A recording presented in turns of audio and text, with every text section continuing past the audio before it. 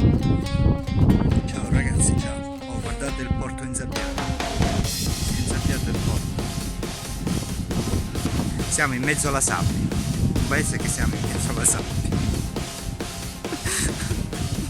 E poi qua c'è la insabbiatura che a causa delle cose Covid, delle nuove restrizioni, qua verrà fatto un chalet con i distanziamenti e forse gli verrà dato pure il consenso di insabbiare di più, perché così i tavolini vengono più sparsi e si contagia meno. Porto Chalet. C'è una piccola minghietta di mare che è stata abbandonata qui. Questa è una minghietta di mare.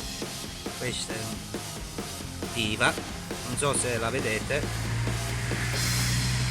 Niente, ora la andiamo a salvare, la andiamo a buttare, diciamo, a mare, perché l'avranno pescata. Siccome non si mangia, la minghietta di mare è piccolina, anche lei ha il diritto di vivere. Queste minghie di mare piccoline, sembrano lepri di mare, a volte le chiamano, però sono minghie di mare. Ecco, è caduta a mare, non so se l'avete vista. Abbiamo salvato la minghietta di mare. Ora ci studiamo i diti prima qua, così grossolanamente. Nel frattempo, guardate, che ragazzi, questa è la draga che dovrebbe dragare tutto l'insabbiamento, che come guardate la ruggine sta a fate, già è mezza imbarcata in cabanna, vedete, è imbarcata già, sta affurnando, va? E questa terra non sono dune di macchia mediterranea, sono la terra che hanno scavato del porto, quello di poco fa che era insabbiato, e qua da anni bloccata perché devono analizzare la terra, tutti i granellini uno per uno si devono analizzare, perché se sono inquinati tutti i granellini di ogni granellino deve essere bonificato, lavato e sciacquato. E ovviamente anche i VIP piangono, non è che è colpa loro, eh? Queste sono le persone che passano e ce lo fanno apposta, i VIP, ci buttano a munnizza, i persone, i poveri, diciamo, sicuro, perché i poveri hanno di essere invidiosi e fanno queste cose. Questa stradina qua arriva zina a Caposoprano, siamo proprio alle falde delle mura di Tolomeonte, non lo so come. Le mura di Tolomeonte, e qua praticamente è una passeggiata, arrivi a Caposoprano. Dice, come mai non mettono una scaletta, un sentierino? Perché evidentemente dà fastidio, diciamo, che poi siccome le stradine libere le prendono i poveri, allora poi troppi poveri andranno a occupare la spiaggia di qualcuno che magari non...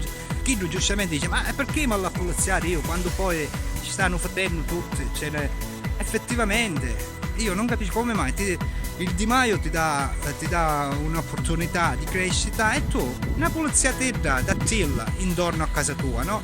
Ed eccoci qua nelle fantomatiche dune che qui sono dune, da qui in poi sono tutte dune, macchia mediterranea, intoccabile, perché? Ma meglio così, ma finalmente. Come mai si è interrotta questa duna? Sparta per un passaggio, ci misero. Non vorrei che magari poi i poveri sono costretti a passare davanti, diciamo, ai semi VIP, no? C'è chi lotta per valorizzare le dune di Bulala. Qua le dune stunavano per dare spazio alla società.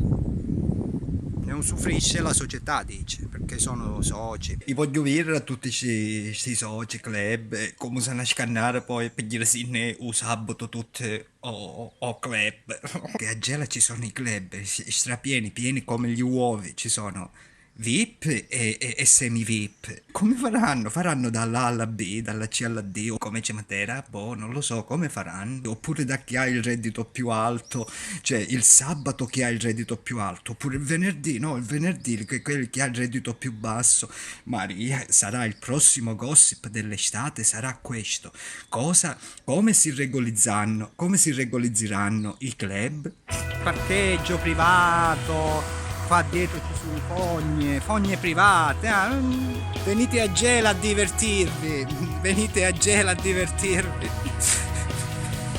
vedete, dune meravigliose, dune interrotte improvvisamente dall'uomo la politica, gli affidi, le concessioni, eccetera eccetera, e le somme urgenze.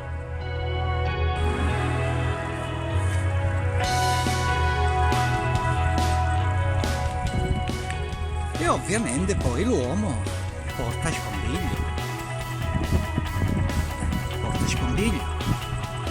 E di nuovo interruzione di dune, guardate di nuovo la duna meravigliosa, qua voi immaginatevi tutto libero con gazebo gratis a prenotazione, ogni 2 ore la famiglia ha il suo gazebo e i suoi 40 metri quadrati. Invece no, bisogna poi pagare un biglietto per aver sdunato le dune.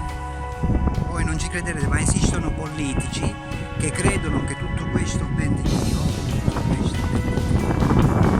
Qualche politico pensa che per la sicurezza, per le nuove norme anti-Covid, sia giusto assegnarlo ai privati, tutto questo, no? Che così ve lo mettono loro il gazebo e poi l'appaiare il gazebo.